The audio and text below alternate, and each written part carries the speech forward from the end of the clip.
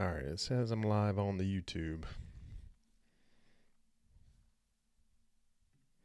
All right, here we go.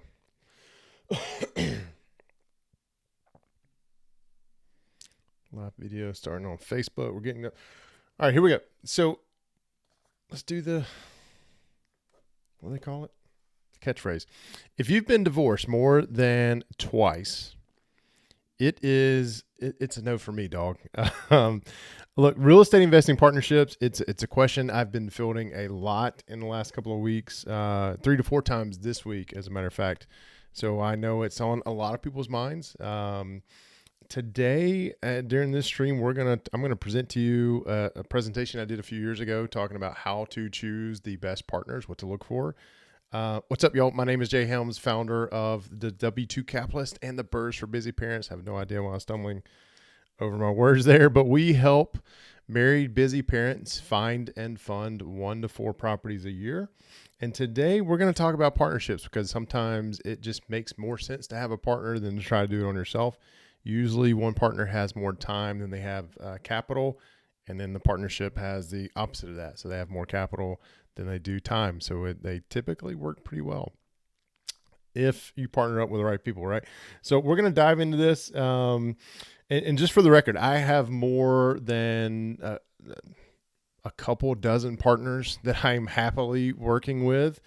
Even more that I'm happy that I'm no longer working with. And they are actually the reason why I created my partnership criteria in the opening statement. A little teaser there is part of that. But before I get into that, let me bring up the presentation here. There's something else I want to talk about, and it's growth friends versus maintenance relationships. Let me make sure I'm getting the right screen up. Yep, that's the old presentation from a while ago. And we're going to talk about growth friends versus maintenance relationships. First thing I'm going to do is define both. Growth friend, and this leads into where you're potentially going to find your partner, right? The right partners. And so this is just a little bit different version of the 5 people that you hang around with the most. It's a quick little exercise I'm going to challenge you to do here in just a minute. But let me define what both of these people are in all of our lives, right? So growth friends, by definition, they motivate you. They're also hungry to grow their wealth. They are doing great things in life. They hold you accountable, right? They want to see you succeed. Those are all characteristics of a growth friend. Let me check one thing, make sure we're livening it up, because there's been some issues with the live streams here recently on the YouTube. All right, I think we're good. But all right, so that's a growth friend, right? Maintenance relationships, you can also call them stagnant friends. They're happy with their current level of life. They're happy with their current level of income. They're happy not doing anything to grow, right? They're very self-centered, and they're always probably complaining about politics and news. That's probably a maintenance relationship for you. So if you think about growth friends, they're pushing you, they're holding you accountable. They want you to succeed. They want you to grow. If they don't fall in that category, it's pretty much just a maintenance relationship, right? This also happens to be family members for some folks. You have growth family members, and you have maintenance relationships on family member sides too. Here's the exercise. So grab your phone. Don't know where mine is. Grab your phone, right? And go to your most recent calls. And now that you know the definition of who your growth friends are, let's go down through let's just choose the top 20 most recent phone calls. We're going to do text messages here in a minute, but we're going to go through this exercise. And your last 20 calls, as long as it's a personal connection, whether it be a friend, a family member, coworker, somebody you're spending time with routinely, get out a sheet of paper. I forgot about this. Get out a sheet of paper. At the top, you're going to make 2 columns. One side says growth, one side says maintenance relationships. As you're going through your phone, your last 20 calls, you know the definition of a growth friend. You know the definition of a maintenance relationship. The last 20 calls, you put the first name of the last 20 people you talked to on the phone in one of those 2 columns, right? once you get done with that, now you go to your text messages. Most of us communicate primarily through text now anyway. And so go through your text messages. Go to the last 20 text messages. Same thing. If they're not already on one of the columns, put them either in growth, friend, or maintenance relationships. And I'll give you you guys pause the video for now if you're watching the replay. As we're doing this live, I'm going to kind of stick to the next point. This is a spoiler alert for everybody who's watching this. As you go through this exercise, the majority of you're going to be very heavy on maintenance relationships. And that is tough. There's probably some names on there. It could be mom, could be dad, could be brother, could be sister that are on the maintenance relationship side. And what I want to challenge you to do as over time, as you work to being very cautious about where you're spending your time, who you're talking to, who you're spending time making text messages with, and slowly turn that on its head, right? Because you don't necessarily cut out maintenance relationships. There's some relationships you just can't cut out altogether. But be very specific with your time, where you're spending your time, because the more you spend time with growth friends,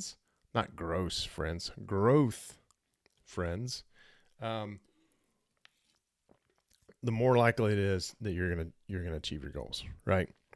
So that's just a quick, really, really quick growth friends maintenance relationship thing I wanted to cover. Now let's get into how to find the right partners, right? By the way, this slide deck is from a presentation I did a few years ago, and I didn't even take the time to update it. I just kind of grabbed it and went with it. So I'm going to skip past this because we're all terrified of real estate investing partnerships if we've never done one, right? But here's an old African proverb. And I've stated this many times. I've been very guilty about saying this very line. If you want to go fast, go alone. If you want to go far, go with partners. And I'm telling you here today, as time's going on, I've kind of transitioned and I feel like I've grown, especially with partners. My viewpoint on this is this might be one of the stupidest things I've ever said. It's one of the dumbest things that's ever come out of my mouth. It's cute. It makes for a good social media post, right? Give those folks who are raising money the kind of warm and fuzzies. But the reason I no longer like this quote is because it simply implies that you have to choose one or the other, right? And I don't particularly like that choice. And so I adjusted a little bit here, right? Now this is me, a little boy from Glencoe, Alabama originally, right? This is my version of it now, and I'm sure it'll evolve to even better stuff over time. But if you want to go fast and if you want to go far, you go with the right partners, right? It's very important, important words to underline there. And if you're sitting there thinking, okay, well, that's easier said than done. How do you find the right partners? You're correct. It takes some time to do. And as I started this video out with my line about being divorced more than twice, then it's a no for me, dog. That is one of my partnership criteria, right? And so before we get into establishing our partnership criteria, this is another exercise, second exercise, last exercise for this live stream, just to show you how people may think differently, right? And why it makes sense to maybe find a partner who shrinks your weaknesses and you are their strength to their weaknesses. Hopefully I said that correct. Okay.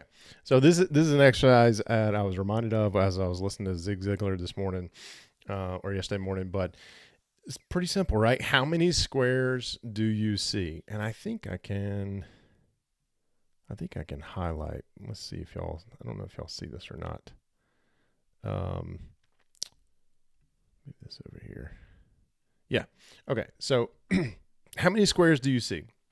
Well, for most of us, initially we're going to say, well, there's 4 squares across, there's 4 squares down. That's easy. That's 16, right? And that's true. There's one black square there, 2, 3, 4, and it just goes down. But here's the other thing. When you add these two squares, now there's another square, right? We can do the same thing over here. There's another one. So now we're up to 18. We can do the same thing on the bottom, right? There's another square. There's another one, right? Now we're up to 20. Matter of fact, this whole thing is a square. Now that's 21. And then we can go down the middle. Here's 22. Here's 23, right? And so there's some folks who looked at this and said, oh, there's easily 16 squares. That's it. Actually, there's 23, right? But wait, there's more, right? And here's what I mean by other partners. So let's just think if you go through this and now you have a partner who says, well, wait a minute. Let's just, there's 23 squares on the surface, but let's zoom in on this pixelated graph, right? So we're going to zoom in on just that one corner, and we continue to zoom in and we continue to zoom in. And lo and behold, this actual one square is made up of millions upon millions of squares in the original picture, right? So there's some of you, like me, who saw just 16 squares. Had somebody else point out to me, no, there's 23. And then had somebody else point out to me, well, actually, if I were to zoom in, the whole thing is just millions of squares, right? And so it is one of those things where if you look at things in a different way than they do, it's a good thing, right? So back to the quote, if you want to go fast and if you want to go far, go with the right partners. Find somebody, that maybe this is the exercise you introduce to your potential partner and see what they come up with to see if y'all counterbalance one another. But that leads me to the thing I really want to talk about today was partnership criteria. This is, within our industry, investing criteria is what's talked about. Matter of fact, I think that phrase has been tossed out, and I reluctantly say this. There's a couple of people who are going to see this and say, man, Jay, you went there. Buy box is the key phrase for investing criteria. By the way, if anybody ever says buy box, I know they're new to investing, but anyway, or you follow a certain person. Anyway, partnership criteria is something that's just not talked about in our industry enough. I think is extremely important. I wish I would have developed mine way before I had to because many partnerships have failed. They have failed. And so this is what I want to talk about, just going through this. I'm going to give you some examples of, and this is, as I was thumbing through this real quick, this is even updated for me since the 3 years when I presented this 3 years ago. But the more partnerships you do, the more you're going to learn, oh, I need to add this to my criteria. Oh, I need to add this to my criteria. So let me show you. I've got just like 3 or 4 bullet points in my partnership criteria. And this is point number 1. I got to get to know the potential partner for a minimum of 6 months. Truth be known, all the partners I have now, I've known them. I knew them way longer than that prior to us doing a deal together. The reason I put this in here is because I get a lot of people messaging me and saying, hey, I got this great deal. Do you want to partner with me on it? And I simply say, look, I'll happy to look at it with you. My partnership criteria is I got to get to know you, at least the first one anyways, I got to get to know you for at least 6 months before I do a deal with you. And that's not a phone call today and a phone call in 6 months from now to check the box. Like I want to know how you're treating people, right? And so when I put that in there, I don't usually hear from those folks again who message me that want to partner. So minimum 6 months. Again, want to know them, not just have a phone call today, a phone call from 6 months from now to check the box. That doesn't do it for me. The next one is wrong slide. They have to have a history of successful acquisitions or exits, or like I was talking about earlier, fill in the gap where I have a weakness.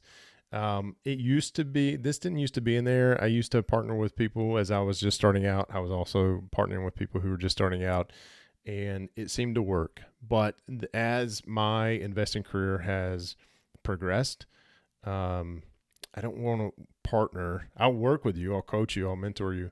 I don't want to partner with you on your very first deal. Just something I uh, don't want to choose, right? And then the next one, preferably, is you're married with children. That's a real big bonus. Children is not that big of a deal, but married is a bonus because um, it shows that other people are willing to put up with you and make big commitments with you. That's a big thing. Now, I also have partners who are single, still single, will probably be single for their entire lives, and that's okay. Like that's not. I know them well enough. Doesn't really matter, right? Like that's how they want to live. Perfectly okay with it. But here's kind of the kicker, and this is where I noticed this has been updated. Um, I actually say you can't be divorced more than twice in this. And this usually kind of gets a chuckle out of people when they say, why? Well, that's kind of weird. Well, I get that some people get married young. They make wrong decisions, right? They correct it, and they get married a second time. And those people I'd be happy to entertain the conversation with the partnership on. However, if you are divorced more than twice, here's what that tells me is either A, you don't know how to make real important life decisions, or B, you don't know how to treat people. And neither of those two do I just really want to mess with at this stage in my investing career, right? So this has actually been updated. Can't be divorced more than twice. So those are my top 4 partnership criteria that I use today. And then I'm going to give you, just to kind of close this out, I'm going to give you a couple of questions here that may help you further develop your partnership criteria. These questions come from the book The Road Less Stupid by Keith Cunningham. Highly recommend the book, highly recommend the read. And here they are, right? When you're considering any new opportunity, whether this is a partnership, whether this is just a deal that you're looking at on the MLS, anything like that, any new adventure, right, or venture, here are the 3 questions. A, what's the upside? Pretty self-explanatory, right? B, what's the downside? Like, what is the absolute worst that could go wrong here? And then C, the kicker is, can I live with the downside? Like, that's upside's awesome, downside is horrible. Can I live with the horrible side? We can all live with the upside, right? Or something in between, but it's the downside, the worst case scenario. Is that something I can live with? So hopefully this is helpful for you. If you're watching, or at any point in time you're watching this, you have a question, you want to pop it in there in the comments, please do. I will get back with you. If you are looking for, if you went through the Growth Friends exercise and you're like, oh, I just have maintenance relationships, no wonder I've been stuck on property 0 for the last few years. We have a virtual community of married, busy parents who are willing to and wanting to help you out, and be your growth friends.